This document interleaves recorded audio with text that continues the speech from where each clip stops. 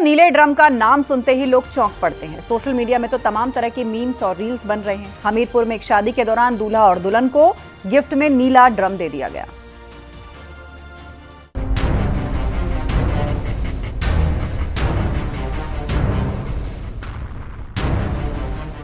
हमीरपुर की इस शादी में कुछ ऐसा हुआ कि दूल्हा एक पल के लिए हक्का बक्का रह गया। उसके दोस्तों ने उसे शादी का ऐसा गिफ्ट दिया जिससे उसके पसीने छूट गए। वहीं दुल्हन अपनी हंसी नहीं रोक पाई। दूल्हे के दोस्तों ने उसे नीला ड्रम गिफ्ट में दे दिया। नीले ड्रम को देखकर दूल्हे को कुछ कहते नहीं बना। उसके चेहरे का रंग भी फीका पड़ गया। बाराती और घराती भी ड्रम को देखकर दंग थे।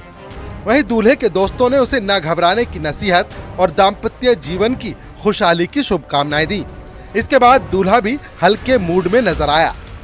इन दिनों नीला ड्रम कई पतियों के बीच दहशत का पर्याय बना हुआ है। इस बीच कई पुरुष अपनी पत्नी की शिकायत करने थाने भी पहुंच रहे हैं। वहीं सोशल मीडिया पर नीला ड्रम वाले वीडियो और रील को काफी व्यू मिल रहे हैं। यानी नीला ड्रम हंसी मजाक के केंद्र में है। जब से मेरठ का सौरभ हत्याकांड सामने आया है, लोगों की जुबान पर इसकी काफी चर्चा है। बजाओ बजाओ बजाओ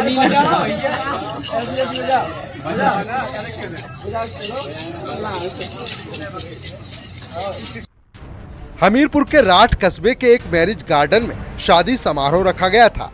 बारातियों के मैरिज गार्डन पहुंचने पर लड़की पक्ष ने बारात का स्वागत किया। द्वार 4 के बाद टीके की रस्म हुई। फिर शादी के स्टेज पर जयमाला की रस्म संपन्न कराई गई।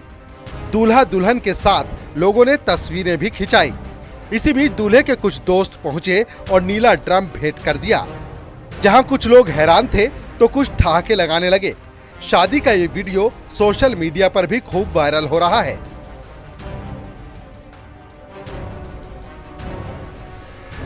हमीरपुर से न्यूज़ 18 के लिए उमा शंकर मिश्रा की रिपोर्ट।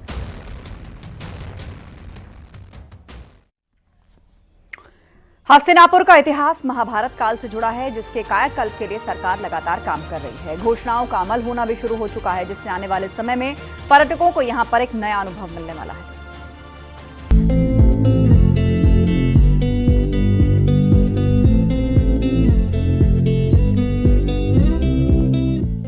हस्तिनापुर को महाभारत और पुराणों जैसे ग्रंथों में कुरु साम्राज्य की राजधानी बताया गया है, जिसका इतिहास महाभारत काल से है।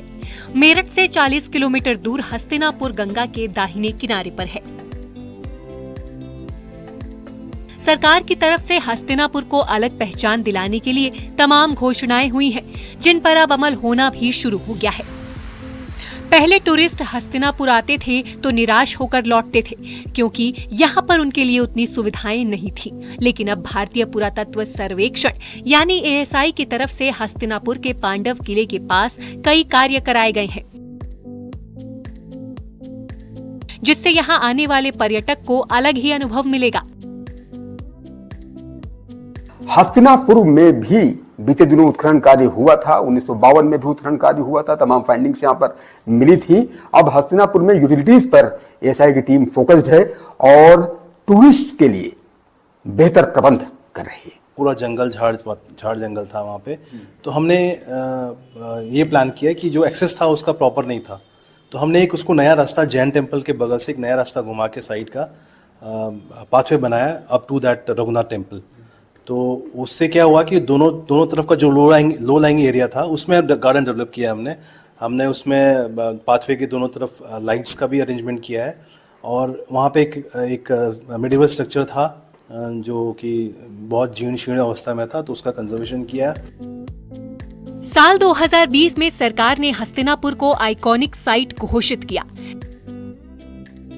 ASI की तरफ से खुदाई शुरू की गई थी। ASI संरक्षित क्षेत्र में कई नए रास्ते बनाए गए हैं। अमृत कूप पर भी विकास कार्य कराए हैं। उसकी अवस्था ठीक नहीं थी, उसको हमने कंजर्व किया। उसके ऊपर शेड लगाया। उसके बगल में हमने 3-4 रूम्स बनाए जहाँ ताकि वहाँ पे जो पिलग्रिम्स हैं वो वहाँ जाके अपना नहाएं और कपड़े चेंज करें। तो ओपन में नहीं नहाएं इस तरह से। तो हमने ये सब चीज़ें की और गार्डन डेवलप होने के बाद तो साइट की स्थिति काफ़ी अच्छी हो चुकी है। अब टूरिस्ट जाते हैं वहाँ पे।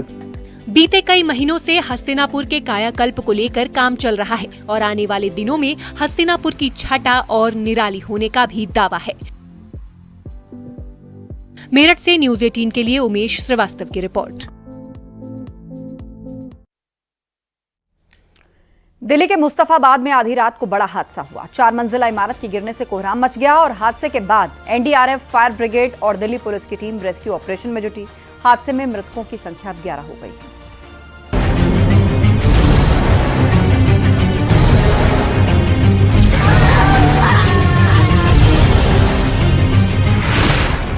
दिल्ली में मौत की इमारत से मातम।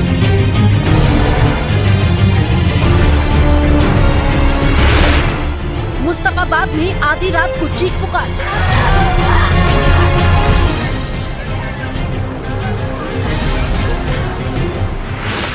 चार मंजिला इमारत गिरने से कोहराम।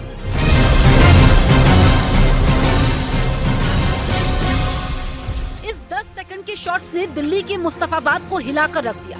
चंद सेकंड में 4 मंजिला इमारत भर-भरा कर गिर गई। शुक्रवार देर रात करीब 2:30 बजे यह हादसा हुआ, जिसके बाद इलाके में चीख पुकार मच गई।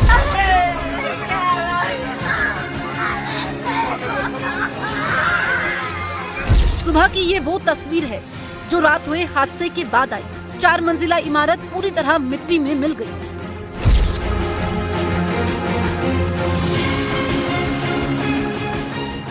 दिल्ली के दयालपुर इलाके में देर रात एक 4 मंजिला इमारत भर कर गिर गई, जिसके बाद उस इमारत में फंसे हुए सभी लोग अंदर दब गए। जिसके बाद रेस्क्यू ऑपरेशन किया गया। 2:50 के आसपास दमकल को कॉल मिली। दमकल विभाग और पुलिस के साथ ही एनडीआरएफ की टीम को बुलाया गया। आप देख सकते हैं यहाँ पर एनडीआरएफ की टीम यहाँ पर मौजूद है, दिल्ली दमकल विभाग की टीम यहाँ पर मौजूद है, दिल्ली पुलिस यहाँ पर मौजूद है, दिल्ली नगर निगम है, डिजास्टर की टीम है, सिविल डिफेंस है, सभी यहाँ पर मौके पर मौजूद हैं। और ये देखा जा रहा है कि बिल्डिंग का कौन सा हिस्सा अभी तक यहाँ पर निकालने में परेशानी कर रहा है, क्योंकि काफ़ी मलबा अभी भी आप देख सकते हैं यहाँ पर। और जो अब तक आंकड़ा है उसमें 18 लोगों को निकाला जा चुका है। दिल्ली के मुस्तफाबाद में हादसे के बाद फायर ब्रिगेड और दिल्ली पुलिस रेस्क्यू ऑपरेशन में जुटी। यहाँ पे एक हाउस कोलैप्स की कॉल है जो हमें 2:50 के करीब मिली है और इस पे जो इनिशियली हमारी गाड़ियाँ आई हैं उन्होंने फिर आके ऑब्जर्व किया कि पूरी बिल्डिंग कोलैप्स हुई है और लोगों के दबे होने की सूचना हमें मिली थी। अभी गाड़ियाँ हमारी काम कर रही हैं यहाँ पे सीन पे और एनडीआरएफ, दिल्ली फायर सर्विस और डिफरेंट सिविक एजेंसीज मिल करके और जो लोग फंसे हुए हैं उनको निकालने का प्रयास कर रहे हैं। हादसे के बाद मलबे में फंसे लोगों को निकालने के लिए एनडीआरएफ की टीम ने मोर्चा संभाला। मलबे में फंसे लोगों को निकालने के लिए प्रशासन की कई टीमों को कड़ी मशक्कत करनी पड़ी। एनडीआरएफ के साथ दमकल विभाग के साथ ही कई निजी संस्थाओं ने मलबे को हटाने में मदद की। तकरीबन 12 लोग और हैं यहाँ पर फंसे हुए जो मलबे के नीचे हैं, जिसमें 9 अडल्ट बताए जा रहे हैं, 3 बच्चे बताए जा रहे हैं। तो ये अभी हमारे ये टास्क है कि देखें कि अगर लाइव बच्चे मिल जाए उस रबल के नीचे, तो इसलिए इस पूरे प्रोसेस में यहाँ पर कैविटीज़ है या कुछ ये लोकेशंस है जहाँ पर कुछ पॉसिबिलिटी है उसको तलाशा जा रहा है। दिल्ली के मुस्तफाबाद में हुए हादसे के चश्मदीदों ने इस हादसे के पीछे बड़ी वजह बताई। रात को सब लोग सो रहे थे, अचानक पता नहीं क्या हुआ, एकदम गिरने की आवाज हुई कुछ, बस सब अपने अपने घरों से बाहर निकले तो पूरी गली में धुआं ही धुआं था। जब देखा तो उधर 4 मंजिला मकान पूरा तहस नहस हो गया था ये। फिर पब्लिक ने तुरंत ही जाके उसमें निकाला तो कुछ लोग निकले जो ऑन द स्पॉट खत्म हो गए थे, कुछ को अस्पताल लेके गए हैं और कुछ इसमें अभी भी दबे हुए हैं। 8 आ रहे हैं गिनती में, जिसमें 4 लोगों की तो ऑन द स्पॉट मौत बता रहे हो गए। हमें तो ये बताया कि हल्लन वल्लन आ गई है कोई, बस इतना ही बताया। क्या नाम है जो अभी लापता है आपके जो रिश्तेदार? अभी तो ये पता ना कौन कौन है क्या है, ये बताएंगे। इनका देवर है वो।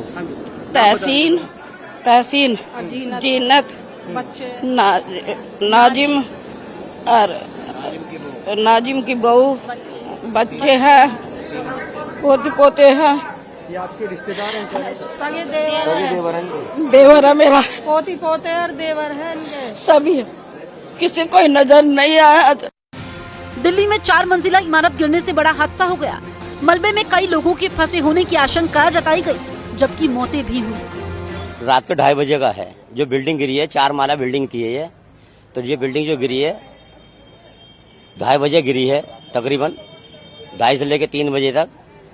और उसमें जो ना हमारे बहन है, सिस्टर है, जिसके 5 मेंबर है। ये 5 मेंबर जो हमारे 2 भांजे हैं, उनका दोनों का इंतकाल हो चुका है। जो है नहीं बना रहे थे, पिलर एक कमजोर था, एल टाइप की वो बिल्डिंग है, 4 माला बिल्डिंग जो है एल टाइप की बिल्डिंग है वो, उसमें एक पिलर जो वो कमजोर था, उसकी वजह से उसकी रिपेयरिंग कर रहे थे। वो जो सपोर्ट वगैरह जो है वो सपोर्ट ठीक करके या तो लगी नहीं है। दिल्ली के मुस्तफाबाद में जो कुछ भी हुआ, उसने एक बार फिर से बिल्डिंग सेफ्टी पर सवाल खड़े कर दिए। आधी रात को जब सब नींद में थे, तब अचानक जिंदगी और मौत के बीच की दीवार ही गिर गई। मलबे से निकले हर इंसान की कहानी रूह कपाने वाली है।